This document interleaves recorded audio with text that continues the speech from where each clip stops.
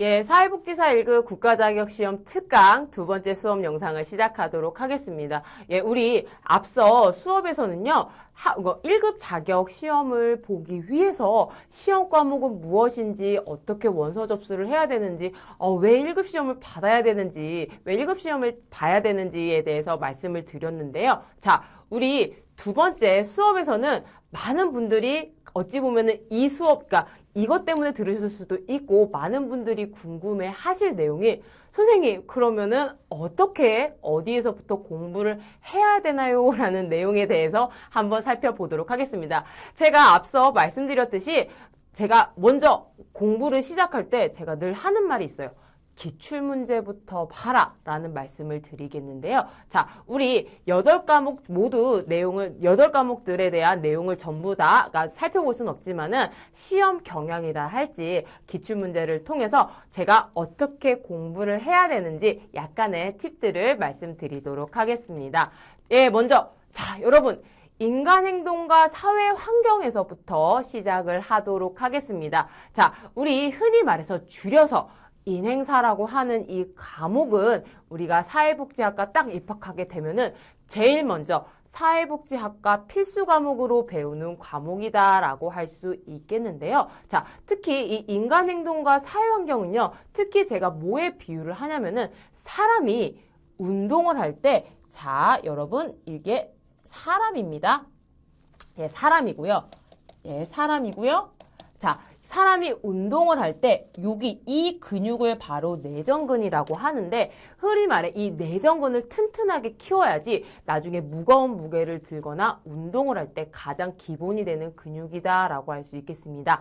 마찬가지로 이 인간 행동과 사회 환경은 사회복지에서 인간을 이해하기 위해서 더 나아가 사회를 이해하기 위해서 가장 기본적인 관점을 배우는 과목이다라고 말씀드릴 수 있겠습니다. 자, 그래서 여러분, 그래서 요는 선생님 그러면은 인행사에는 어떤 게 나오나요? 라고 말씀드리겠지만은 자, 인행사 같은 경우에는 자, 보시게 되면은 인간의 발달에 대한 특징이 어떻게 이 성향이 있는지부터 시작해서 자, 정신역동 이론, 그 다음에 정신역동 이론의 에릭슨, 융, 아돌러, 행동주의의 반드라, 파블로프, 인지발달 이론, 그 다음에 인본주의 이론, 많은 학자들이 나올 텐데요. 이 많은 학자들, 이 학자들 각각의 이론들이 한 문제씩 꼭 나옵니다. 그렇기 때문에 여러분, 나 융 모르니까 제껴. 콜버그 모르니까 제껴. 이게 아니라 여러분, 각각의 학자, 행동주의 학자들, 인지발달 이론, 그러니까 이론 학자들,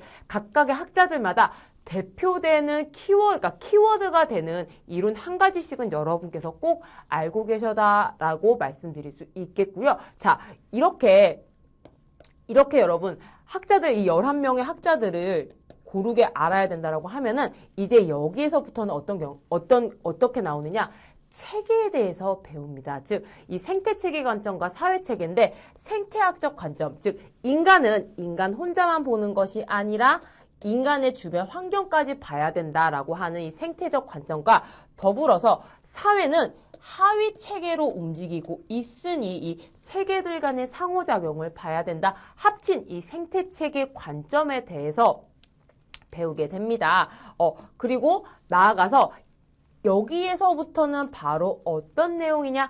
인간 발달이 과연 어떠한 발달 단계마다 어떠한 특성을 가지고 있는지 나오는 건데요. 자, 특히 여러분, 이 인간의 발달에 관한 특성은 각각의 특성들마다 꾸준히 출제되어 있기 때문에 종합적인 내용으로 그리고 각각의 태내기 특성, 영아기 특성, 아동기 특성, 청소년기 특성 등등등등 각각의 특성이 어떤지 고르게 여러분께서 준비하시는 것이 한 가지 팁이다라고 할 수 있겠습니다. 그러면은 선생님 고르게 공부한다라는 게 어떤 의미인가요? 예, 기출문제를 여러분 최근에 한 5년 동안의 기출문제를 꾸준히 보셔다라고 말씀드릴 수 있겠고요. 특히 여러분, 이 생태체계 관점과 사회체계 관점은 여러분, 매 회마다 4문제씩 꼭 출제되는 부분이기 때문에 어렵다라고 생각하지 마시고 여러분, 어려운 내용이 아니기 때문에 이 부분은 내가 잘 정리를 하고 넘어간다라고 생각을 하시고 준비를 하셨으면 좋겠습니다. 자, 먼저 특히 여러분 에릭슨, 그러니까 기출문제를 가지고 왔는데요. 에릭슨 같은 경우에는 그러니까 매년 출제되는 학자다라고 할 수 있겠습니다. 자, 에릭슨은 심리사회적 발달 단계 위기와 성취에 대한 덕목으로 옳게 설명된 거. 특히 여러분 제가 공부할 때 한 가지 팁을 드리자면은 앞서 이 학자들 간에 공부를 하실 때 발달 단계를 했는지 발달 단계를 제시하지 않았는지의 학자들을 구분해서 공부하시는 것도 한 가지 팁이 된다라고 말씀드리겠고요. 대표적으로 에릭슨은 심리사회적 발달 단계를 인간의 발달 단계를 제시함으로써 각각의 심리사회적 위기를 극복했었을 때 어떠한 성취를 얻게 되는지 어떠한 자아 특질을 얻게 되는지 설명한 학자다라고 할 수 있겠습니다. 그렇기 때문에 에릭슨이 제시한 8단계의 심리사회적 발달 위기와 얻게 되는 자아 특질을 여러분께서 꼭 외워두시다라는 말씀을 드릴 수 있겠는데요. 자, 옳게 연결되는 것입니다. 그래서 정답을 보시게 되면은 자, 1단계 근면성대 열등감은 4학년 때 학령기의 능력 아니죠. 자, 주도성 대 죄의식, 목적. 예, 정답은 2번이다라고 할 수 있겠고요. 신뢰 대 불신은 1단계 유학이고요. 희망을 성취한다라고 할 수 있겠습니다. 자율성 대 수치심과 의심은 2단계 초기 아동기고 정체성 대 정체감 혼란은 자, 5단계 청소년기에서 겪게 되는 심리사회적 위기다라고 할 수 있겠는데요. 자, 이렇게 봄으로써 여러분께서 에릭슨의 심리사회적 발달 단계 위기 8단계는 우리가 한번 그래도 간단하게 살펴봐야겠구나라고 아실 수 있을 거라는 생각이 듭니다. 그래서 여러분 이 문제를 보시고 이런 식으로 해석을 하시다라는 말씀을 듣겠는데요. 자, 여러분 이 부분 혹여나 여러분께서 캡처를 해두셔서 이 부분은 여러분 이 부분도 나올 수 있고 이 부분만 시험 문제가 나올 수 있다라는 말씀을 드리겠고요. 때로는 여러분 이 에릭슨의 심리사회적 위기와 대응되는 프로이트의 단계와 매칭이 돼서 종종 출제되는 경우도 있다라는 말씀 드리겠습니다. 자, 그 다음으로 여러분 제가 늘 출제된다는 생태체계 이론, 사회체계 이론에서도 한 문제 가지고 왔는데요. 특히 매년마다 출제되는 브론펜 브레너의 생태체계 이론에 대해서도 제가 가지고 왔습니다. 이 브론펜 브레너는 인행사에서는 어떤 내용을 다루느냐? 사회체계를 미시체계, 거시체계, 그 다음에 미시체계와의 상호작용을 이야기하는 중범위체계, 그 다음에 시간체계, 그 다음에 미시체계와 직접적으로 체계와 영향을 주고받지는 않지만은 간접적으로 영향을 주는 외체계도 있다라는 체계에 대한 이론을 정립한 학자인데요. 자, 문제 보시게 되면은 전 세계에 걸쳐 발생하는 변화와 사회 역사적인 환경을 포함한다. 즉 인간 생애의 단위 사건뿐만 아니라 시간의 경과와 함께 연속적으로 일어나는 사건이 누적돼서 영향을 미친다라는 것을 보여주고 있다. 즉 이거는 바로 무엇이다? 시간체계다라고 할 수 있겠습니다. 그래서 힌트는 바로 무엇이다? 시간의 경과에 따른 것이다 라고 할 수 있겠고요. 이 거시체계는 여러분 대표적으로 법, 제도가 있다라고 말씀드릴 수 있습니다. 그래서 여러분 이 문제를 보고 어떻게 공부를 하셔야 되느냐? 뒤에 이렇게 체계론이 나올 수 있고요. 그 다음에 여러분 제가 한 가지 더 가지고 온 게 이 브론펜 브레너의 생태체계 이론과 더불어 똑같이 생태체계 이론에서 중간체계 이론에 대한 설명이에요. 앞서 여러분 살짝 보셨겠지만은 이 중간체계는 바로 무엇이냐? 이 미시체계와의 상호작용에 초점을 둔다. 즉 여러분 우리가 흔히 생각하기로는 중범위체계라 해가지고 미시체계와 거시체계, 이 중간에 있는 체계가 바로 중범위 체계가 아닌가라고 생각이 드시겠지만은 우리 인행사에서 정확하게 이 중간 체계에 대해서 어떻게 정의를 하느냐? 개인이 속한 둘 이상의 체계다. 즉 미시체계 간의 상호작용이 바로 중간 체계다라고 말씀드릴 수 있습니다. 그래서 여러분 보시게 되면은 보기를 보시면서도 여러분께서 각각의 체계가 과연 무슨 체계인지를 생각해 보시면서 이 체계에 대한 특징에 대해서 여러분께서 정리를 해 두시는 것도 공부를 하는 데 있어서 한 가지 팁이 되지 않을까 합니다. 자, 그래서 여러분, 앞서 이 브론펜 브레너라든가 중간 체계에 대한 내용을 보시고 이런 식으로 정리를 해두시는 것이 포인트가 된다라고 말씀드릴 수 있겠습니다. 즉, 브론펜 브레너가 정리한 미시체계, 중간체계, 외체계, 거시체계, 시간체계가 무엇인지 이 체계 이론에 대해서 이렇게 표로 정리해 보는 것도 나중에 여러분 공부를 하는데 있어서 팁이 되지 않을까 하고요. 그 다음에 바로 사회복지조사론입니다. 자, 사회복지조사론은 어찌 보면 여러분께서 그러니까 법제론과 더불어서 선생님 조사론도 많이 어려워요 라고 하시겠지만은 이게 여러분 어려운 내용이 아니라 낯선 개념과 나름 그러니까 외워야 될 게 많기 때문에 조사론이 여러분께서 어려움을 느끼시지 않을까라는 생각이 들고요. 특히 이 조사론에서 여러분 1급 시험 외에 다루는 내용은 이렇게 11가지 내용이 있는데 특히 출제가 보통 여러분 고르게 한 문제씩은 나오지만은 출제가 밀집되는 부분이 어디냐? 바로 이 조사 설계의 유형과 더불어서 이 표집에서는 문제가 이 표집이 어떤 표집인지, 확률 표집인지 비확률 표집인지, 표집의 특성과 표집의 방법, 이 표집 내용에 있어서는 고루 나온다라고 말씀드릴 수 있겠습니다. 그리고 이 조사 설계의 유형에는요, 여러분, 순수 실험 설계, 비실험 설계, 이 실험 설계가 꼭 나왔잖아요. 그러니까 그렇기 때문에 여러분 어렵다 생각하지 마시고 나름 이렇게 그림을 그려보시면서 조사 설계 유형에는 어떤 것이 있는지 이 유형에 있어서 꼭 확인을 해 보시고 정리를 하시는 게 조사론에 대한 시험 공부를 하시는 데 있어서 도움이 되지 않을까 합니다. 그리고 여러분 제가 사회복지 조사론에서 제일 많이 강조하는 파트가 있어요. 바로 무엇이냐? 측정과 척도인데요. 이 측정과 척도 부분은 특히 매년마다 한 문제만 안 나와요. 2문제에서 3문제씩, 적게는 2문제에서 3문제씩 꼭 나오는 부분이 바로 이 측정과 척도의 부분이다라고 말씀드릴 수 있습니다. 그렇기 때문에 여러분 기출문제를 통해서 어떠한 내용이 나왔는지 다시 한번 정리를 해보도록 하겠습니다. 자, 다음 사례에 관한 설명으로 옳지 않은 것인데요. 자, 먼저 문항이 길게 나와요. 자, 이거를 여러분 하나하나 해석하려고 하는, 그러니까 빠르게 해석하려는 능력이 필요한데요. 자, 첫 번째, 다문화 교육이 청소년들의 다문화 수용성에 미치는 영향을 알아보기 위해서, 자, 다문화 교육이 소위 말해 영향을 주는 변수, 독립 변수고, 다문화 수용성이 바로 무엇이다? 영향을 받는 종속 변수다라고 할 수 있겠습니다. 이런 다문화 수용성에 미치는 영향을 알아보기 위해서 청소년 100명을 무작위로 2집단을 나누었다. 즉 여러분 우리가 조사 방법론을 공부할 때 한 가지 우리가 포인트로 놓치지 말아야 될 것은 이 무작위로 2집단을 나누었다라고 하면은 나름의 이 외적 요인을 통제하기 위한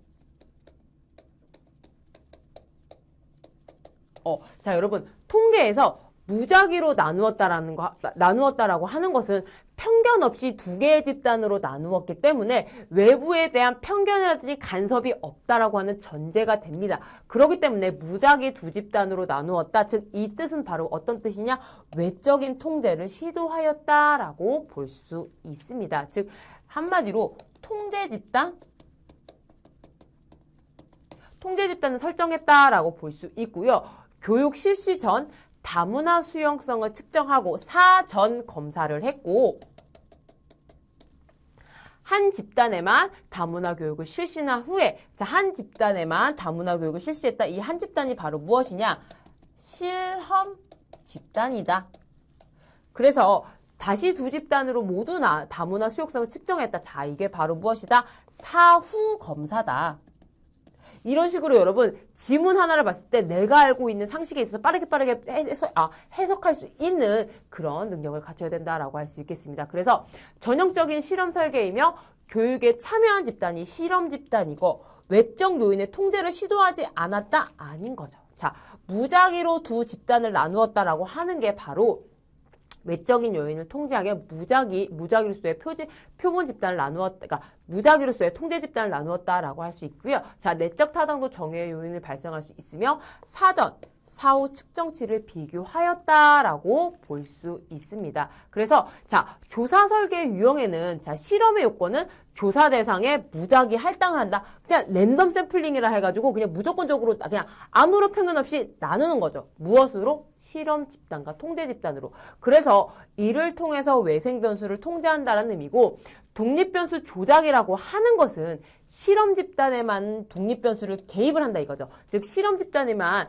프로그램을 실시를 하고 종속변수는 바로 무엇이다? 실험 집단과 통제 집단의 종속변수 점수 차이에 비교를 해봄으로써 과연 프로그램에 대한 효과가 있는지 없는지를 살펴보는 것이 바로 종속변수의 비교가 된다라고 할 수 있겠습니다. 그 외에도 내적 타당도가 높은 조사 설계 순서. 자, 여러분, 내적 타당도라고 여러분 짧게 설명했었을 때 바로 무엇이냐? 이 내적 타당도란 내가 설정한 독립변수와 종속변수가 진정한 원인과 결과가 되는지 살펴보는 게 바로 무엇이다? 내적 타당도다라고 말씀드릴 수 있겠습니다. 이 내적 타당도가 높은 조사 설계 순서는 바로 무엇이다? 완벽하게 실험 설계 유형을 갖춘 순수 실험 설계, 유사 실험 설계, 원시 실험 설계, 그다음에 비실험 설계 이 순서로 되어 있다라고 말씀드릴 수 있겠습니다. 자, 그 다음에 사회조사 방법론에서 정말 많이 출제되는 내용인 바로 측정에 대한 내용인데요. 이 측정 중에서도 척도에 대한 내용이 매년마다 꾸준히 출제되는 내용이다라고 할 수 있겠습니다. 그렇기 때문에 그러니까 1급 시험을 준비하는 모두 분들께서는 명목 척도, 순서 척도, 등간 척도, 비율 척도가 무엇인지 그리고 그것을 구분할 수 있는 능력을 꼭 갖추셔야 된다라고 말씀드릴 수 있겠고요. 자, 척도의 종류가 올바르게 짝지어진 것을 한번 보겠습니다. 자, 종교는 기독교, 불교, 천주교, 기타. 자, 여러분 숫자상의 의미가 없기 때문에 이거는 바로 무엇이다? 명목 척도라고 할 수 있겠고요. 자, 정규 학교 교육을 받은 기간, 자, 여러분 등간과 비율 척도를 나누는 기준은 바로 무엇이다?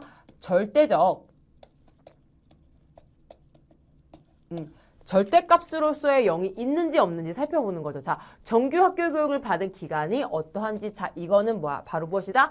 절대적 0이 있을 수 있기 때문에 이것은 바로 비율 척도다. 그래서 정답은 몇 번이다? 2번이다 라고 말씀드릴 수 있습니다. 자, 학점 A, B, C, D, E, F는 여러분 숫자로서의 의미, 양화로서의 의미는 없지만은 순서로서의 의미는 있기 때문에 이 학점 A, B, C, D, E, F는 바로 무엇이다? 서열 척도로서의 의미가 있다라고 말씀드릴 수 있겠습니다. 그래서 여러분 이 측정 수준 앞서 말씀드렸듯이 명목 변수, 서열 변수 또 여러분 이게 때로는 여러분 뭘로 나오냐면은 순서 변수라고 나오기도 해요. 이 서율 변수, 그다음에 등간 변수, 비율 변수라고 하는데 여러분 명목 변수라고도 하지만은 명목 척도라는 용어로도 나오니까는 여러분 나는 변수라고 외웠는데 여기서 명목 척도라고 했네. 여러분 겁먹지 마시고 이게 명목 변수구나. 단순히 그냥 속성에 따라 범주만 분류한 변수구나라는 식으로 이해를 하시면 되겠습니다. 자, 여러분 먼저 간단하게 살펴보자면요. 명목 변수는 말 그대로 무엇이다? 분류만 하기 위해서 숫자는 명목상 있는 것이다 라고 하는 게 바로 명목 변수고요. 특히 명목 변수를 설정할 때 원칙은 바로 무엇이다? 포괄성. 그러니까 누군가 제외되는 것 없이 모두가 다 포괄해야 더불어서 모두가 다 포괄되어야 한다, 포함되어야 된다라고 하는 게 포괄성이고요. 상호 배타성.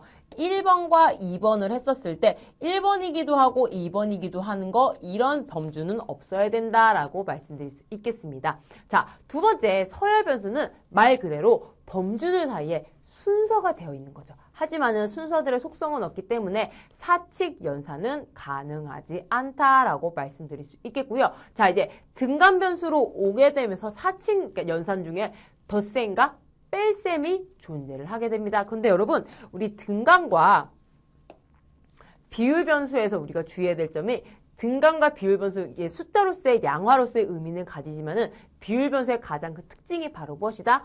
절대적 0이 성립한다. 이 점 여러분께서 꼭 유의를 하셔야 하겠습니다. 자, 그 다음에 여러분 이제 1교시 시험이 끝나고 이제 조금 쉬고 이제 2교시 시험이 시작되게 되는데요. 자, 2교시 사회복지 실천론에서는 바로 무엇이냐? 어떤 것이 많이 나오느냐? 자, 보시게 되면은 사회복지에 대한 역사와 그 다음에 사회복지의 윤리, 그 다음에 이 통합적 접근과 특히 사회복지 전문적 관계 이 두 부분에서 한 번에 두 문제씩 꼭 출제가 된다라고 할 수 있겠습니다. 2023년과 2024년 시험 같은 경우에는 이 사회복지 실천 과정에 있어서 정정하자면은 이 사회복지 실천 과정을 출제가 조금 더 뜨문뜨문 된다라는 경향이 보이는데요. 25년도에 시험 과목은 그러니까 출제가 잘 되지 않는다라고 해서 아예 나오지 않다라는 말씀을 못 드리겠지만은 하지만은 과정은 최근 한 2, 3년 기간 동안에 과정에 있어서 문제가 비교적 이거 통틀어서 한 문제에서 두 문제씩만 나오고 있다라고 말씀드릴 수 있겠고 특히 이 사례 관리 파트는 여러분 매년 한 문제에서 두 문제씩 꼭 출제가 되는 내용이다라고 할 수 있겠습니다. 그렇기 때문에 여러분 실천론에서는 비교적 고르게 공부를 하지만은 사례 관리 내용 놓치지 마시고요. 윤리, 역사, 그 다음에 통합적 접근, 전문적 관계 이 네 가지 파트는 여러분께서 놓치지 말고 조금은 좀 꼼꼼하게 공부하시라라는 말씀을 먼저 드리도록 하겠습니다. 자, 먼저 우리 사회복지 실천후 기출문제를 통해서 내용을 한번 정리를 해보겠는데요. 자, 로엔버그와 돌고프인데 이 돌고프는 바로 무엇을 제시했느냐? 윤리적 원칙에 대해서 제시를 했다라고 할 수 있겠습니다. 자, 이 다음 사례에서 아동학대 전담 공무원이 결정을 할 때 최우선적으로 고려해야 될 원칙이 바로 무엇이었을까라고 했었을 때 머릿속에 바로 로엔버그랑 돌고프가 얘기한 그러니까 윤리적 원칙 머릿속에 탁 떠올라야죠. 선생님 힘들어요. 예, 힘듭니다. 예, 한번 지문을 한번 읽어보도록 하겠는데요. 아동학대가 발생한 가정의 학대 피해 아동을 원가정, 원래의 과정으로 생활하도록 할 것인가 또는 학대 피해 아동 쉼터에서 생활하도록 할 것인가에 대해서 1차 결정을 해야 되는데 자, 최우선적으로 고려해야 될 원칙은 바로 무엇이다?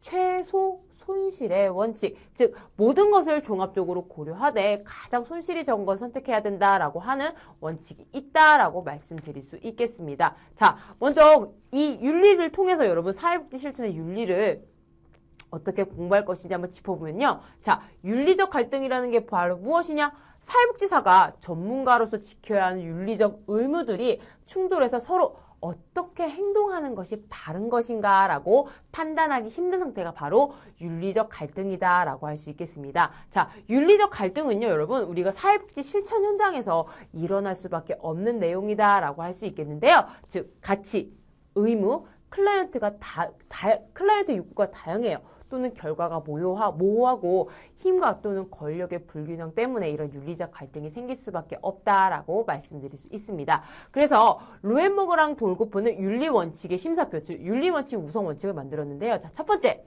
가장 먼저 우리가 우선시해야 되는 건 바로 무엇이냐? 생명을 보호해야 된다.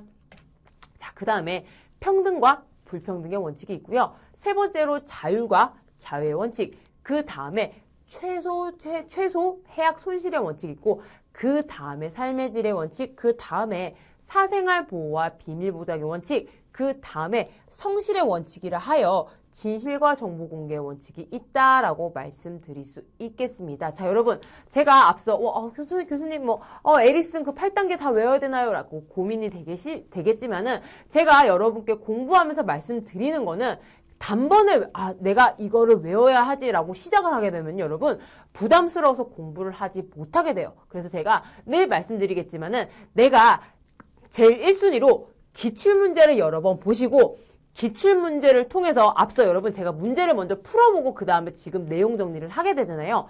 내가 미처 정리하지 못했던 내용이 무엇인지 이 점을 여러분께서 풀어가시면은 1급 시험을 준비하는 데 있어서 부담이 덜하거나 조금 더 수월하지 않으실까 합니다. 자, 정리하자면은 한 번에 외우겠다라는 생각보다 바로 무엇이다? 반복해서 보자라고 미리 말씀드리겠고요. 자, 그 다음에 전문적 원조 관계에 대한 설명으로 옳은 것입니다. 자, 클라이언트의 문제와 욕구가 중심되고 시간적 제한을 두지 않은 관계이다. 그 다음에 전문가의 권위는 부정적으로 작용한다. 전문가가 자신의 원조 방법에 대해서는 통제해서는 안 된다. 클라이언트는 전문가의 지시에 무조건 따라야 된다. 자, 옳은 것은 바로 무엇이다? 클라이언트 중심이 되어야 된다라고 말씀드릴 수 있겠습니다. 그래서 이 사회복지 실천에서 전문적 학계의 특징은 바로 무엇이다? 의도적으로 목적성을 가지며 시간 제한성이 있고 클라이언트에 대한 사회복지사의 헌신이 있어야 되며 통제된 관계다. 즉 여러분 아무래도 사회복지는 사람이 하는 일이기 때문에 소위 말해 선이 넘는 경우도 있을 수 있어요. 하지만 어느 정도의 선을 지키면서 권위성이 있고 사회복지사는 이 관계에 있어서 책임지지 않는 말을 뱉지 않는 것이 중요하다. 즉 책임성을 가져야 한다라고 말씀드릴 수 있겠습니다. 앞서 여러분 전문성에 관한 문제를 풀고 이렇게 전문적 관계에 대한 특징을 이렇게 찾아서 정리를 하시면은 공부하시는 데 있어서 조금 수월하지 않을까 하고요. 자, 그 다음에 사회복지 실천 기술론이 나옵니다. 여러분 기술론도 개인적으로 저 역시도 법제론과 더불어 기술론도 굉장히 공부를 했었을 때 많은 어려움이 있었다라는 과목이라고 말 수 있는데요. 왜? 외울 게 엄청 많아요. 그렇기 때문에 그러면 이 외우는 거를 우리가 어떻게 어떤 방식으로 외우느냐 또는 제가 외운다는 말 대신 어떻게 공부를 해서 반복적으로 익숙해지게 만드느냐가 관건이다라고 할 수 있겠는데요. 그럼 선생님 무엇을 어떻게 봐야 되나요? 라고 했었을 때 자, 첫 번째로 실기로는 주로 어디에서 많이 나오느냐? 집단 사회복지 실천에서 여러분 최소한 한 회당 2문제에서 3문제, 많게는 4문제까지 나온다라고 말씀드릴 수 있겠고요. 자, 집단 사회복지 실천에서 여러 문제가 나오고 특히 사회복지 실천 기술료는 여러분 이 정신역동 모델 한 가지, 심리사회 모델 한 가지에서만 나오기도 하지만은 여러 단원들이 통합이 되어서 한꺼번에 출제되어 나온다라는 말씀을 드릴 수 있겠습니다. 물론 실기론에 대한 자세한 내용을 그러니까 우리가 정리하는 것도 좋지만은 제가 계속 강조드렸듯이 기출문제들을 통해서 기출문제들에서 정신역동 모델에서 강조되는 내용은 무엇이고 심리사회 모델에서 강조되는 모델은 무엇인지 이런 식으로 정리해 나가시는 것을 추천드리는 바입니다. 자, 먼저 여러분 우리가 실기론 책을 이렇게 쭉 보다 보면은 가장 많은 포션을 차지하는 부분이 바로 어떤 부분이냐? 가족치료 개인 모델인데요. 이 가족치료 개인 모델이 많이 있는데 먼저 가족치료 모델의 개입 목표에 관한 설명으로 옳지 않은 것입니다. 자, 보시게 되면은 이야기 가족 치료, 구조적 가족 치료, 경험적 가족 치료, 전략적 가족 치료, 해결 중심 가족 치료가 있는데요. 자, 보시게 되면은 경험적 가족 치료는 가족과 개인의 상호작용 경험 등을 변화시킴으로써 성장할 수 있게 하는 것인데 이 가족이 미분화 상태에서 벗어나서 가족 체계의 변화를 달성하는 것은 틀린 내용이다라고 말씀드릴 수 있겠습니다. 이처럼 경험적 가족 치료의 개입의 목표는 바로 무엇이다? 가족과 개인의 상호작용의 경험 등을 변화시킴으로써 성장할 수 있는 경험을 하게 하는 것이다 라고 할 수 있습니다. 그래서 이 경험적 가족 치료의 개입 목표는 증상의 감소나 사회적 적응보다 개인적인 통합, 즉 내면의 경험과 표현적인 경험을 증가를 시키고 선택에 대한 자유, 의존적인 것을 조금 덜하게 되고 이 경험을 확대하는 것 등이 이 경험적 가족 치료의 개입의 목표가 된다라고 말씀드릴 수 있습니다. 자, 그 다음에 여러분 집단 사회복지 실천도 되게 많이 나오는 부분인데요. 자, 집단 사회복지 실천 과정 중에 마지막 단계인 종결 단계에서 사회복지사 역할로 옳은 것이에요. 자, 기억, 니은, 리을 차분하게 읽어보도록 하겠습니다. 자, 기억은 집단 과정에서 성취한 변화를 지속적으로 유지하도록 돕는다. 니은, 집단 성원의 개별 목표를 설정을 하고 종결을 앞두고 나타나는 다양한 감정을 토론하도록 격려를 한다. 자, 리을, 집단에 대한 의존성을 서서히 감소시켜 나간다. 예, 정답은 바로 몇 번이다? 기억, 디귿, 리을이다 라고 할 수 있겠습니다. 즉, 이 집단 성원의 개별 목표를 성취하는 것은 바로 무엇이다? 초기 단계의 사회복지사의 역할이다 라고 말씀드릴 수 있습니다.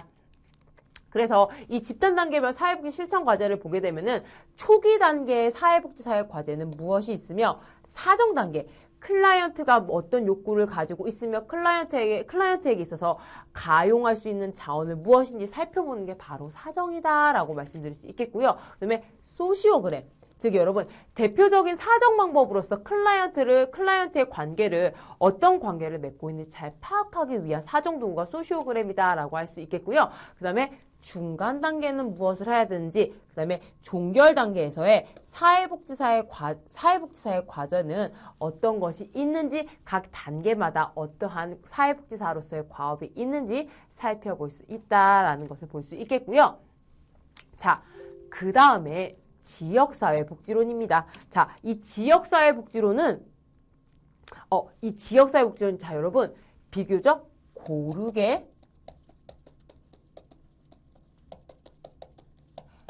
나오는 편이다라고 말씀드릴 수 있겠고요. 근데 만약에 여러분 지역사회복지론 하면은 제일 먼저 떠오르는 학자 어떤 분이 있으세요, 여러분? 자, 선생님 로스만이요. 예, 로스만 나옵니다. 당연히 여러분 지역사회복지론 공부하신다라고 하면은 당연히 로스만의 이론을 그러니까 정리하셔야 되고요. 자, 그러기 때문에 지역사회복지론 중에서도 고르게 나오는 편인데, 자, 2024년도 기준에서는 바로 무엇이냐? 지역사회복지 실천과, 이 지역사회복지 실천과 실천 중 과정. 이 지역사회복지 실천 과정이 어떤 것인지, 실천 모델이 로스만이었다면은 사회복지 실천 과정이 어떤지 살펴봐야 되고요. 그 다음에 지역사회복지 추진 체계 중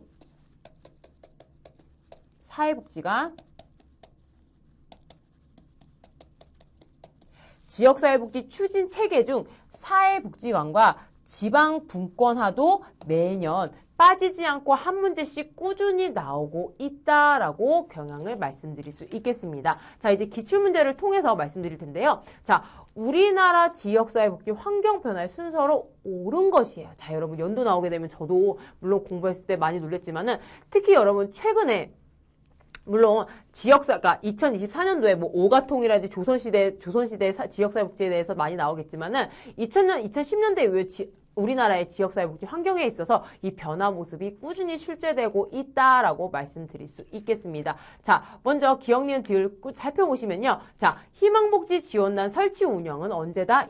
2012년도다. 사회복지 통합관리 및 행복의 의무는 언제 나왔다? 2010년. 지역사회 통합돌보 커뮤니티 케어는 언제 활발하게 운영이 되었느냐? 2018년도가 있고요. 읍면동 복지 허브화 사업은 2016년도에 일어났다. 그래서 여러분 정답은 몇 번이다? 니은, 기억, 리을, 디귿의 순서로 진행되었다라고 말씀드릴 수 있습니다. 그래서 여러분 한국의 지역사회복지 역사는 일제강점기 이전에서부터 쭉 나오게 되는데요. 특히 여러분 2024년도에는 어떤 게 나왔다? 이 내용이 지역사회복지론의 1번 내용으로서 나왔다라고 미리 말씀드리겠습니다. 그 다음으로 80년대와 90년대에는 사회복지 전문요원 배치했다. 특히 여러분 사회복지 전문요원 배치는 행정론에서도 가장 중요한 역사적 사실로 다루어져 있고요. 사회복지 전문요원 배치 1987년 여러분께서 이 점은 한번 짚어두고 가셨으면 하는 바람이고요. 자, 이때는 민간 사회복지 전달체계의 중요성이 강조되었고 2000년대에서부터 2009년도에는 바로 무엇이다?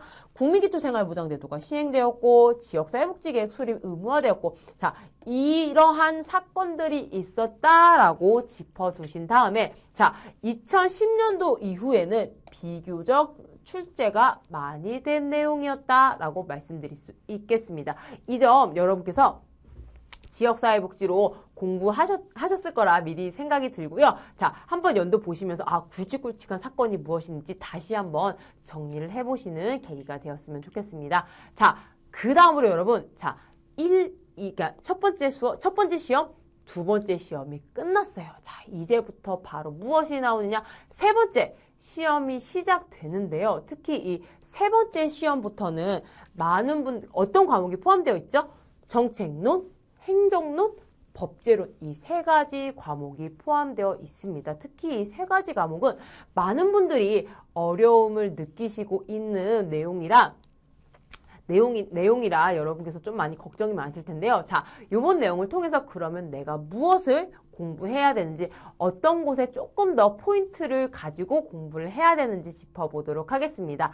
자, 먼저 정책론은요. 제가 정책론도 비교적 고루고루게 나오고 있다라고 말씀드릴 수 있는데, 이 정책론은 특히 특히보다는 정책론은 어디서 많이 나오느냐, 포인트를 짚어봤냐면 역사적 발전 과정은 에스핑 안데르센의 복지국가 유형화 세 가지가 자주 출제되어 있다라고 말씀드릴 수 있습니다. 이 에스핑 안데르센이 정의한 복지국가 세 가지 유형, 이 점 여러분께서 슬라이드 한 장이면 정리하면 돼요. 여러분, 이 슬라이드 한 장으로 또는 표 하나로도 여러분께서 꼭 정리를 해 두셨으면 좋겠고요. 그 다음에 사회복지 정책의 선택 차원이 나옵니다. 이 선택에는 어떠한 내용이 나오고 있느냐? 할당,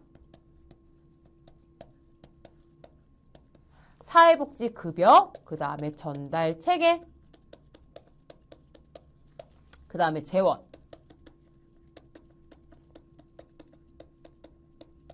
특히 여러분 이 사회복지 정책의 선택 차원 이 네 가지 부분은요. 그러니까 많이 나오기도 1년에 뭐 2문제씩 나올 때도 있고 1문제씩 나오고 있을 때도 있지만은 이 정책론에 있어서 이 선택 차원은 꾸준히 출제되는 내용이다라고 말씀드릴 수 있습니다. 그래서 이 고르게 나오는 편이기 때문에 여러분께서 놓치지 마시고요. 특히 공공부조에서 국민 기초 생활 보장 제도의 의미도 여러분께서 이 점 여러분께서 꼭 정리를 해두시고 넘어가셨으면 좋겠습니다. 자, 이렇게 해서 정책론에 대한 경향을 한번 살펴보았고요. 자, 대표적으로 우리가 정책론을 배우게 되면은 바로 어찌 보면 여러분 정책론이 우리 사회복지에서 사회복지 정책, 사회복지 제도에 있어서 가장 기본적인 개념을 배우는 내용이 사회복지 정책론에서의 내용이다라고 감히 말씀드릴 수 있는데요. 특히 사회복지에서의 자녀적 개념, 제도적 개념, 그리고 보편주의, 선택주의 이런 식의 개념을 정책론에서 다룬다는 점에 있어서 사회복지를 공부함에 있어서 가장 기본적인 내용이지만은 시험에서도 늘 꾸준하게 출제되는 것만큼 여러분께서 이 내용 꼭 정리를 해두시고 넘어가셨으면 좋겠습니다. 자, 첫 번째, 사회복지 자녀적 개념과 제도적 개념에 대한 설명으로 옳은 내용이에요. 자, 자녀적 개념에 따르면은 개인은 기본적으로 가족과 시장을 통해서 욕구를 충족시킨다. 자, 자녀적 개념은 바로 무엇이에요? 가족과 시장을 통해서 복지제도를 보장받지 못한 사람, 이 복지제도를 보장하지 못했을 때 그 못한 부분을 채워주는 게 자녀적 개념이다라고 할 수 있겠고, 제도는 말 그대로 제도로서의 사회복지다. 즉, 제도가 여러분 한 사람만 딱 특정한 사람이 아니라 모든 사람을 포괄할 수 있는 영향력을 지닌 것이 바로 무엇이다? 제도다라고 할 수 있겠는데, 복지도 마찬가지로 제도로서 보장해주는 개념이다. 제도로서 복지를 보장을 해준다라는 말이 바로 제도적 개념이다라고 할 수 있겠습니다. 자, 니은 다시 살펴보자면은 제도적 개념에 따르면 가족과 시장에 의한 개인의 충족이 실패했을 때 국가가 잠정적으로 일시적으로 그 기능을 대신한다. 자, 잠정적, 일시적 기능, 개인의 요구 충족. 잘 맞지 않죠? 자, 자녀적 개념은 작은 정부를 옹호하고 시장과 민간의 역할을 중시하는 보수주의자들과 선호와 맥락을 같이 한다. 디은 맞죠?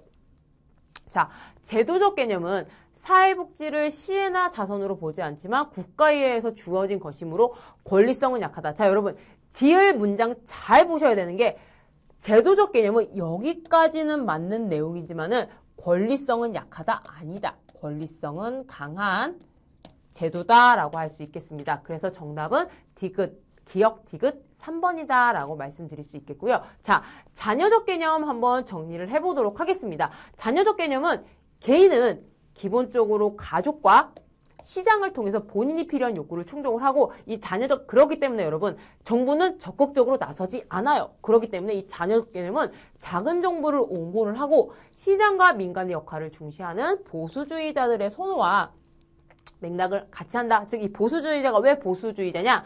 정부에 대한 적극적인 역할에 있어서 조금 더 아니다. 그냥 일단 시장에 맡겨두고 정부의 역할을 조금 더 제한적이게 두자. 그러니까 소위 말해 이것을 바로 보수주의적이다라고 표현을 하는데요. 이 자녀적 개념의 사회복지는 소극적이고 한정적인 사회복지 개념이다. 그래서 이 사회제도의 기능을 임시로 보충하고 있다. 즉, 이 개인의 욕구가 있다라고 하면은 이거를 보충해주기 위한 개념이다라고 할 수 있습니다. 그렇기 때문에 가족이나 시장 등에서 제 기능 원활하게 수행하지 못할 때 그 자녀적 개념으로서의 사회복지가 보충적 또는 임시적으로 기능해서 해결하는 역할이다라고 할 수 있겠고요. 이런 자녀적 개념의 사회복지는 사회복지제도는 굳이 필수적이지 않다. 즉, 이 사회 문제 발생 원인이 바로 누구의 책임이다? 개인의 책임이다. 라는 것을 강조하고 있기 때문에 이 관점은 사회복지 급여나 서비스를 국민에 있어서 시혜나 자선의 의미로 준다라고 할 수 있습니다. 그렇기 때문에 꼭 필요한 사람만 사회복지를 주기 때문에 어떤 효과가 생긴다?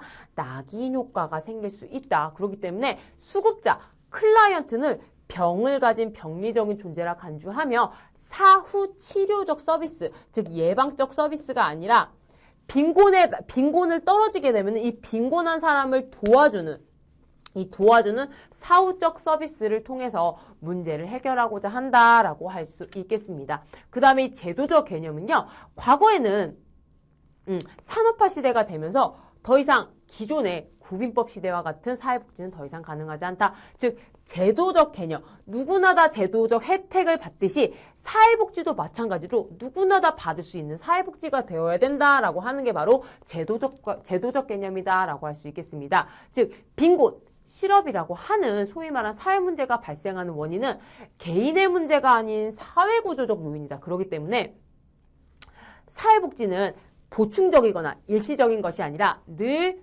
존재하는 제도로서 작동을 해야 된다라고 하기 때문에 그렇기 때문에 여러분 이 사회복지 제도는 가장 먼저 기능하는 제도로서 기능한다라고 표현을 하기도 합니다. 그래서 이 제도적 개념의 사회복지는 모든 사람이 다 복지로서의 복지를 받는 대상자가 되기 때문에 낙인감을 수반하지 않으며 이 사회복지는 사회적 위험, 소위 말하는 사회구조적으로 생기는 사회적 위험에 대해서 사전적, 예방적으로 이루어지는 경향이 있다라고 말씀드릴 수 있겠고요. 자, 그 다음에 여러분 우리 제도주의 그 다음에 제도주의 자녀적 개념 했다라고 하면은 보편주의, 선멸주의가 있어요. 자, 보편주의는 마찬가지로 제도주의랑 그 맥을 같이 한다라고 할 수 있겠는데요. 즉 보편주의란 누구나 다 국민이라면 국민에 대한 인정되는 권리로서 주어져야 된다. 그렇기 때문에 이 보편주의적 같은 경우에는 자격 기준이 단순하고 그러니까 행정 업무가 의외로 간편하다라고 할 수 있겠고요. 선별주의는 바로 무엇이냐? 스스로 욕구를 해결할 수 없는 사람만, 즉 필요한 사람만, 그러니까 소위 말해서 골라서 준다라고 할 수 있겠습니다. 그래서 필요한 사람을 선정하기 위해서 어떤 기준을 한다? 자산조사를 실시한다라고 할 수 있겠고요. 그렇기 때문에 이 자산조사를 하기 때문에 어떻다? 낙인 효과가 발생하고 근로동기를 감소하는 효과를 가질 수 있다라고 말씀드릴 수 있습니다.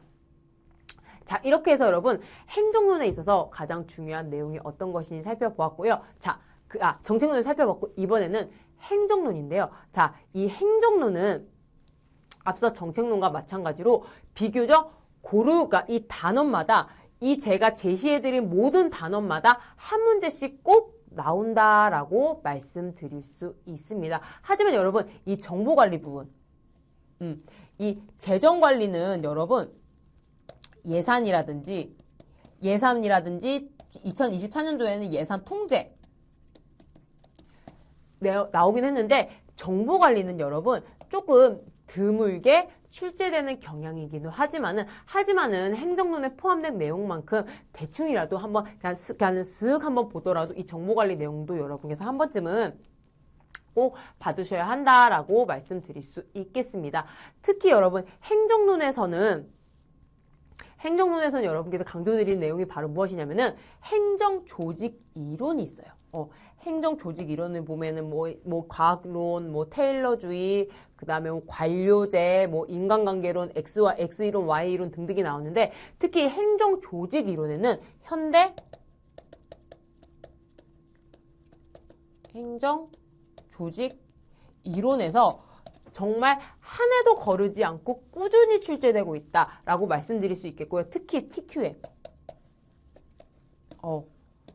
총체적 품질관리 이론 이 파트 부분은요. 여러분께서 기출문제를 딱 보시게 되면은 가장 많은 문제가 출제되어 있는 것을 확인하실 수 있을 것입니다. 그렇기 때문에 이 사회복지행정조직 이론 중에서는 현대조직 이론 이 부분 여러분께서 꼭 신경 써서 살펴보시고요. 그 다음에 기획 방법과 의사결정 구조 이 역시도 여러분 많은 이론들 뭐 쓰레기통 이론이든지 의사결정 구조 뭐 PERT 뭐 PERT 이거는 뭐 임계 경로를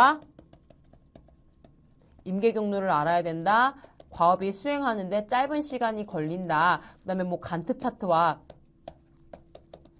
비교해서 알아야 된다라고 여러분 짧게 팁을 전해드리겠고요. 그 다음에 여러분 사회복지 조직의 환경관리가 있는데 이 환경관리 중에서도 매년 꾸준히 한 해도 거르지 않고 꾸준히 나오는 파트가 바로 무엇이다? 마케팅이에요. 선생님 마케팅 굳이 알아야 되나요? 라고 하겠지만은 여러분 사회복지 조직은 어떻다? 외부 자원에 의해서 조직이 꾸려지기 때문에 어떻게 해야 된다?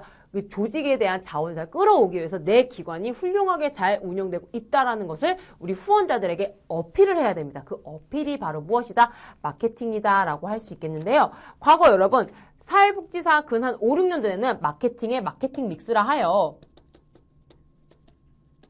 마케팅 믹스의 4P가 많이 나오긴 했지만은 최근에는 어떤 내용이 나오고 있다? 마케팅의 과정이라고 해야 될지 마케팅의 요소 뭐 시장 세분화라든지 더불어서 후원자들을 발굴하기 위한 후원자 관리 방법에 있어서도 많이 나오고 있으니까 이 점 여러분 내용이 많아요라고 여러분께서 이건 제껴 하지 마시고 그 내용이 어떠한 게 있지 내용이 있다라고 하면은 마케팅 종류에 대해서 한 줄 정도는 여러분께서 정리를 하고 가셔라라고 하는 말씀을 올리도록 하겠습니다. 자, 먼저 앞서 조직 이론에 관한 설명으로 옳지 않은 것이에요. 자, 보시게 되면은 학습 조직 이론, 정치 경제 이론, 상황 이론 총체적 품질관리 이론. 자, 여러분 2024년도에는 총체적 품질관리 이론이라고 친절하게 나왔는데 자, MBO. 얘는 바로 무엇이다? 목표관리 이론 TQM. 이런 식으로 영어 약자가 그냥 뜬금없이 나올 때도 있지만 물론 여러분 시험 때는 친절하게 한글로도 되어 있고 영어로도 이렇게 병기되어 나와 있기도 하지만은 그럼에도 불구하고 여러분 뜬금없이 영어 단어만 나올 수도 있으니까는 영어와 한글 용어 같이 병기해서 외워두시면 좋을 거다라는 말씀 먼저 드리겠고요. 자, 총체적 품질 관리 이론, X 이론 이렇게 해서 나왔습니다. 자, 보시게 되면 상황이론은 바로 무엇이다? 옳지 않은 내용이에요. 상황이론 문제 보시게 되면은 조직을 폐쇄 체계로 보고 조직 내부의 상황에 초점을 둔다라고 했는데 상황이론은 바로 무엇이다? 폐쇄 체계가 아닙니다. 즉 조직의 환경과 기술 규모에 의해서 그 상황에 따라서 조직이 달라진다라고 하는 게 바로 무엇이다? 상황이론이다라고 할 수 있겠는데요. 자, 상황이론은 환경의 중요성을 강조한다. 이 환경의 중요성, 즉 이 경계가 개방되어 있다라는 거잖아요. 그렇기 때문에 이 체계는 어떤 체계다? 폐쇄 체계가 아닌 개방 체계다. 그렇기 때문에 정답은 몇 번이다? 3번이다 라고 말씀드릴 수 있겠습니다. 자, 여러분 그런데 제가 한 가지 말씀드릴 게 이 문제를 그냥 흘려보내지 마시고요. 조직 이론에 관한 설명으로 사회복지사 1급 출제자들은 어떻게 정리를 했느냐? 학습 조직 이론은 개인 및 조직의 학습 공유를 통해 역량을 강화하는 것을 학습 조직 이론이라고 한 줄로 정리할 수 있으며 정치 경제 이론은 경제적 자원과 권력 간의 상호작용을 강조하는 게 바로 무엇이다? 정치 경제 이론이다. 그 다음에 총체적 품질 관리 이론은 지속적이고 총체적인 서비스 질 향상을 통한 고객 만족의 극대화를 이루는 이론이 바로 총체적 품질 관리 이론이다. 그 다음에 X, Y 이론 더불어서 여러분 같이 패키지 세트로 외워두셔야 될 게 바로 Y 이론이 있는데요.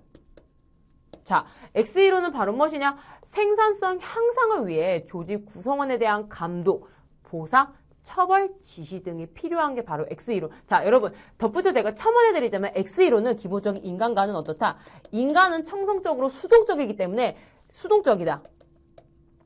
그렇게 철저한 관리가 이루어져야 된다라고 하는 게 바로 X이론이다라고 할 수 있겠는데 그렇기 때문에 이런 식의 조직 이론이 필요하며 이와는 반대로 Y이론은 인간은 자율적으로 잘 기능하는 존재이기에 인간의 자율성은 극대화되어서 인간의 자율성을 잘 극대화할 수 있도록 그런 자율성을 침해받지 않도록 조절을 해줘야 된다라고 하는 게 바로 Y이론이다라고 말씀드릴 수 있습니다. 이렇게 여러분 기출문제 하나하나 가끔씩 여러분 저도 기출문제 공부하면서 문항에 대한 보기가 가끔씩 반복이 되거나 강조되어서 똑같은 내용으로 반복이 될 때가 있어요. 그렇기 때문에 이 문제 하나하나 놓치지 마시고 각각 이 내용들이 어떤 내용으로 정리되어 있으며 어떤 내용을 강조하는지 이 보기 하나하나도 잘 정리하시고 넘어가셨으면 좋겠습니다.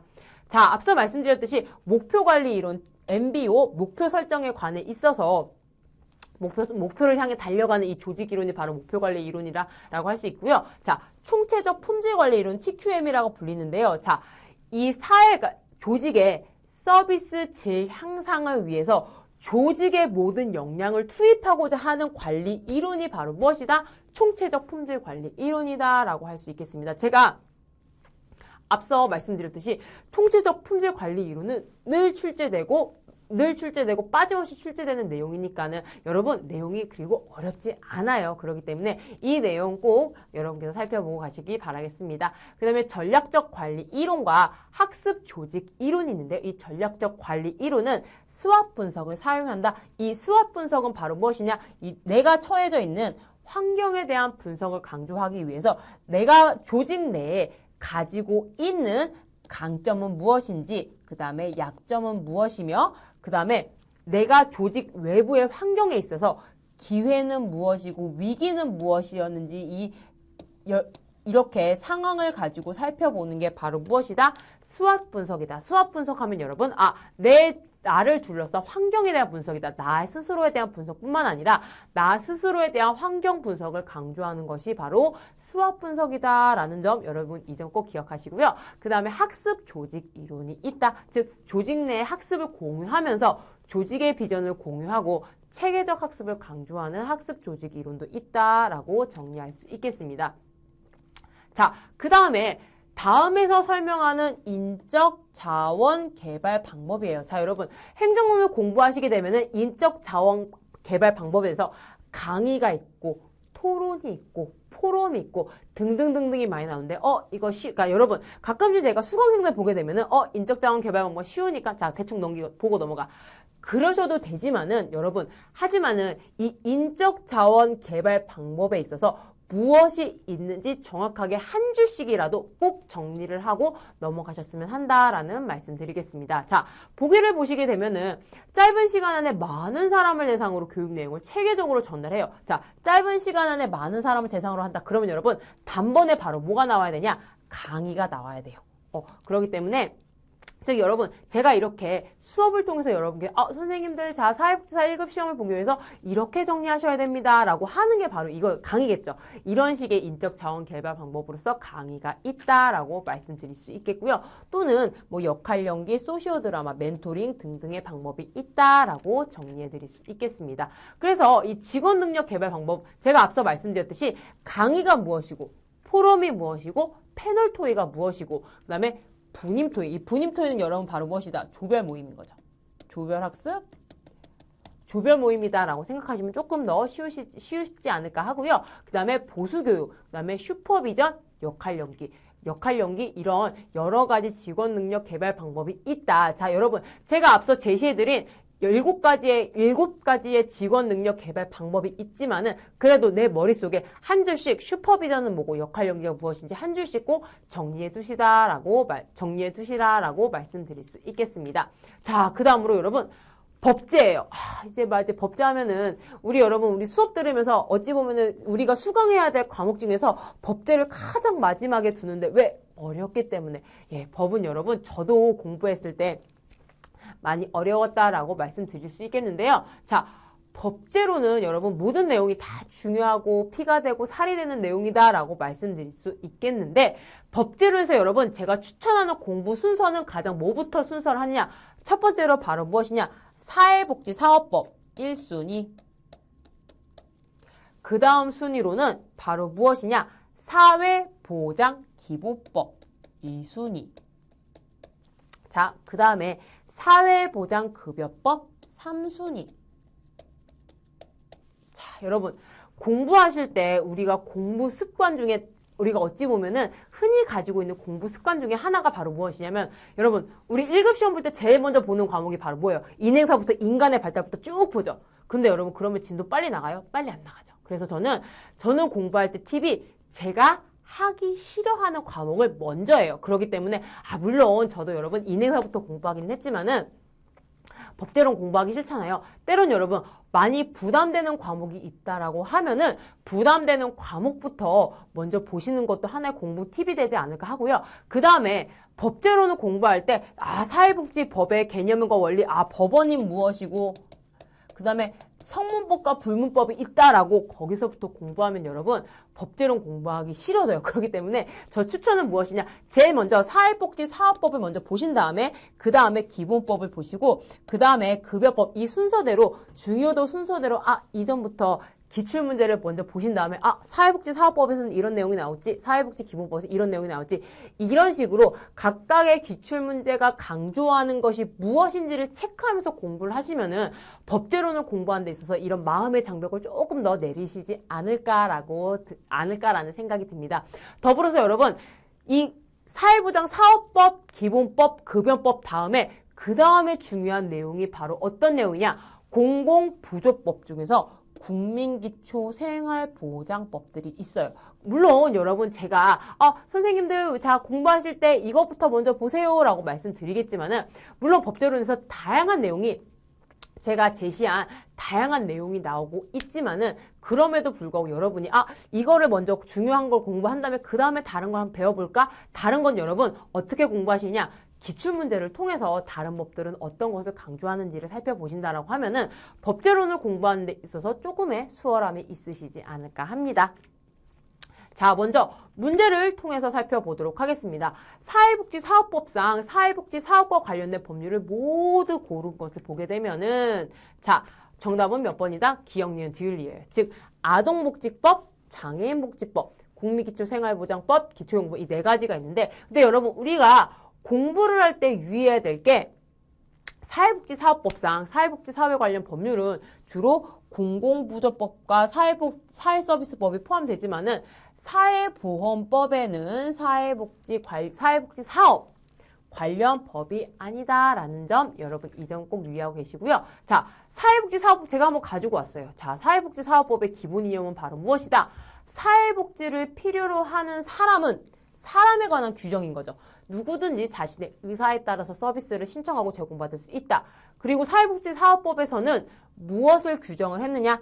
사회복지법인 및 사회복지시설에 관련된 사항을 규정을 해놨으며 사회복지사업을 시행하는 데 있어서 사회복지를 제공하는 자에 대한 규정과 이 제공하는 자는 어떤 행위 양식을 해야 되는지 법으로서, 이념으로서 규정하고 있다라는 것을 볼 수 있겠습니다. 그 다음으로 사회복지사업의 정의는 바로 무엇이다? 법률에 따른 보호, 선도, 목지에 따른 사업과 사회복지 상담, 직업지원, 무료 숙박, 지역사회복지 등등의 자원봉사 및 복귀시설의 운영 또는 지원을 목적으로 하는 사업 이러한 사업이 바로 무엇이다? 사회복지사업법에 정해놓은 사회복지사업에 대한 내용이다라고 말씀드릴 수 있습니다. 자, 여러분 제가 앞서 문제 풀어놓은 것처럼 사회복지사업법에 적용되는 법률을 거의 그러니까 많이 쓰이는 법률을 가져왔어요. 근데 딱 보시고 나서 선생님 이거 어떻게 다 외워요? 라고 말씀하시겠지만은 제가 계속 제가 1시간이 거의 50분이 넘는 1시간 가까이 되는 수업 시간 동안 제가 여러분 뭘 강조했나요? 외우시지 마시고 익숙해지시라. 자, 여러분, 선생님 익숙해진다라는 게 어떤 의미인가요? 라고 했었을 때, 자, 여러분, 그러니까 제가 강의를 하듯이 여러분께서도 내가 강의를 한다. 내가 배운 내용을 가지고 다른 사람에게 강의를 한다라고 생각을 하시면은 그게 바로 익숙해지시는 거다라고 말씀드릴 수 있겠습니다. 즉 여러분 제가 이렇게 제시해 놨으니까 이거 보시면서 사회복지사업법에는 이러한 법률적 내용이 들어가고 있구나 여러분께서 참고를 해 두셨으면 하고요. 자, 그 다음에 사회보장기본법상 사회보장에 관한 국민의 권리에 대해서 자, 여기는 바로 무엇이다? 사회보장기본법이에요. 자, 보시게 되면은 지방자치단체는 최저수준과 최저임금을 매년 공포해야 된다. 자, 최저보장 수준과 최저임금을 공포해야 되는 주체는 바로 누구다? 국가죠. 네, 여러분 문제 풀 때 제가 항상 강조하지만은 옳은 것, 옳지 않은 것 구분 잘 하셔야 됩니다. 자, 옳지 않은 거예요. 자, 그러면은 기억 옳지 않겠죠. 자, 니은. 사회보장 수급권은 구두로 통지하여 포기할 수 있다. 자, 여러분 잘 보셔야 되는 게 사회보장 수급권은 구두가 아닙니다. 서면입니다. 그래서 니은 안 되고 자, 사회보장 수급권은 제한되어 있는 경우 그러니까 사회보장 수급권을 주지 않는 경우는 제한하는 목적에 필요한 최소한의 범위에 그쳐야 된다. 그리고 사회보장 수급권을 포기하는 것은 다른 사람에게 피해가 주게 되는 경우 사회보장 수급권을 포기할 수 없다. 즉 여러분 사회보장 수급권은 포기할 수 있는 권리이지만은 다른 사람에게 피해를 주게 되면은 사회보장 수급권을 포기할 수 없다. 포기해서는 안 된다. 포기 취소가 되는 게 바로 이 내용이다라고 할 수 있겠습니다. 그래서 정답은 몇 번이다? 기억 니은이다라고 할 수 있겠는데 특히 여러분 법제론이 왜 어렵냐? 이 단어 하나 특히 법률은 여러분 용어 하나하나 허가인지 협인지 그다음에 인가인지 등등의 법률 용어에 따라 어렵기 때문에 그렇기 때문에 여러분 법제를 공부할 때는 어떻게 돼야 된다? 조금 꼼꼼해야 된다라고 말씀드릴 수 있겠습니다. 자, 사회보장의 정의를 보시게 되면 바로 무엇이다? 출산, 양육, 질병, 노령, 장애 등등의 사회적 위험으로부터 국민을 보호하고 삶의 질을 향상시키는 데 보장하는 제도로서 무엇이 가고 있느냐? 사회보험, 공공부조, 사회서비스가 바로 사회보장이다 라고 말씀드릴 수 있습니다. 이 사회보장의 내용은 바로 어디에서 보장하고 있다? 사회보장기본법에서 법률로 보장하고 있으며 자, 국가와 지방자치단체는 사회보장에 대한 책임과 역할을 합리적으로 분담한다. 즉 여러분 법제를 공부할 때 누가 이 제도에 있어서 책임을 가지는지에 대한 주체, 누가 주관을 하는지 그 누가에 대한 내용도 여러분께서 꼼꼼히 살펴보셔야 된다라고 말씀을 드릴 수 있겠고요. 자, 사회보장에 대한 국민의 권리를 보시게 되면은 모든 국민은 사회보장 법령에 따라서 사회보장을 급여를 받을 권리를 즉 사회보장 수급권을 가지며 자, 국가는 관계법령에서 정하는 바에 따라서 최저보장 수준과 최저임금을 매년 공포하여야 된다라고 할 수 있겠습니다. 그리고 사회보장 급여를 받고자 하는 사람은 어떻다? 국가나 지방자치단체에 신청해야 된다. 즉 여러분 우리나라의 사회복지는 기본적으로 신청주의다. 내가 이 복지급여가 필요하다고 신청을 해야지 받을 수 있다라고 말씀을 드릴 수 있겠고요. 사회보장급여를 신청하는 사람이 다른 기관에 신청할 경우에는 그 기관은 정당한 권한이 있는 기관에 이송도 하여야 된다라고 법률로서 정하고 있다라고 볼 수 있습니다. 자, 또 앞서 여러분 문제에서처럼 자, 사회보장 수급권은 여러분 제한되거나 정지될 수 없어요. 하지만은 정지할 경우에는 어떻다? 최소한의 범위에 그쳐야 되고 그리고 사회보장 수급권은 정당한 권한이 있는 기관에서 서면으로 통지하며 수급권의 포기는 취소할 수 있다. 여러분 이렇게 문제를 통해서 우리가 사회보장기본법의 내용을 하나하나 살펴보는 것도 법제로는 공부하는 팁이 된다라고 말씀드릴 수 있겠습니다. 자, 그 다음에 가장 많이 나오는 여러분 제가 이 급여 부분은 꼭 여러분과 함께 짚고 넘어가고 싶었는데요. 사회보장, 국민기초생활보장법상 급여의 종류와 방법에 관한 설명으로 옳은 것이에요. 자, 이 부분 여러분 저도 사회복지사 1급 자격시험 공부하면서 정말 많이 이렇게 많이 눈에 띄는 내용이라고 할 수 있겠는데요. 자, 생계급여. 국민기초생활보장법의 급여, 나에게 받는 그 사회보장에 대한 거를 급여라고 표현하는데 국민기초생활보장법에 따르면은 생계급여, 장제급여, 자활급여, 교육급여 등등이 있다. 여기서 옳은 건데, 자, 생계급여는 물품으로 지급할 수 있다. 자, 생계급여는 여러분 원칙적으로 금전으로 지급을 하는 건데, 원칙적으로 금전으로 지급을 하는 건데 필요에 따라서 물품으로 지급할 수 있고요. 자, 생계급여는 수급자에게 주거안정, 필요한 임차료, 수선비. 아, 이건 여러분 바로 무슨 급여다? 이거는 바로 주거급여다. 그리고요, 장제급여는 자활급여를 받는 수급자가 사망한 후에 그 다음에 장제조치를 하는 것. 자, 여러분 장제급여는 바로 무엇이다? 이 내용이 아니라 생계급여, 주거급여, 의료급여 중 하나 이상의 급여를 받는 자. 여러분 장제급여뿐만이 아니라 출산급여 역시 생계급여, 주거급여, 의료급여 중에 하나 이상의 급여를 받는 자가 출산한 경우 그 급여를 받는 게 바로 출산급여 있습니다. 그렇기 때문에 장제급여, 출산급여에 대한 받는 조건 여러분께 아시고요. 자, 자활급여는 비영리 법인에 위탁하여 실시할 수 있다라고 할 수 있겠고요. 자, 교육급여는 바로 무엇이다? 교육급여는 보건복지부 장관의 소관이 아니라 바로 누구다? 교육부 장관의 소관이다. 여러분 이 점 다른 점이기 때문에 꼭 체크하고 넘어가셨으면 좋겠습니다. 자, 급여의 종류 바로 무엇이 한번 살펴보도록 하겠습니다. 국민기초생활보장제도에 따른 급여의 종류를 보게 되면은 생계급여는 원칙적으로 금전을 지급하는 것이나 필요에 따라서는 물품으로 지급할 수 있으며 주거급여는 이러한 임차료, 수선유지비, 그 밖의 수급품을 지원하는 게 바로 주거급여다. 그 다음에 교육급여는 누구의 소관으로 한다? 교육부 장관의 소관으로 하며 의료급여는 바로 무엇이다? 수급자의 건강한 생활을 하기 위해서 의료 서비스로서 제공되는, 그러니까 공공부조에 속하는 바로 의료급여 서비스다. 의료 서비스로서의 공공부조다라고 할 수 있겠고요. 자, 해생급여는 바로 뭐라 그랬어요? 해상급여와 뒤이어 나올 장제급여의 조건은 바로 무엇이다?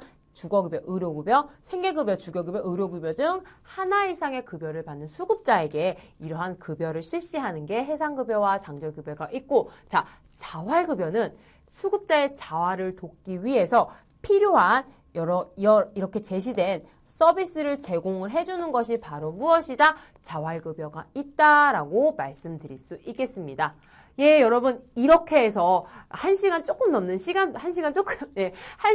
시간 동안 사회복지사 1급 8과목을 모두 기출문제 몇 개 풀어보고 우리가 어떻게 공부를 해야 되는지 그 요점에 대해서 파악을 해보았는데요. 자, 여러분, 이번 수업을 통해서 여러분께서 1급 자격시험을 준비하는 데 있어서 조금의 어려움을 덜기를 기원을 하고요. 그러니까 조금의 어려움이 좀 덜어졌으면 하는 바람이기도 합니다. 자, 여러분, 긴 시간 동안 수업 들으시느라 고생 많으셨고요. 자, 여러분, 1급 시험 여러분께서 꼭 합격을 하실 거라 믿어 의심치 않고 있으며 1급 시험 잘 준비하시라는 말씀 올리면서 자, 여러분의 1급 시험 합격을 멀리서나마 응원하고 있겠습니다. 이상 사회복지사 1급 국가자격시험 특강을 맡은 권미영이었습니다. 감사합니다.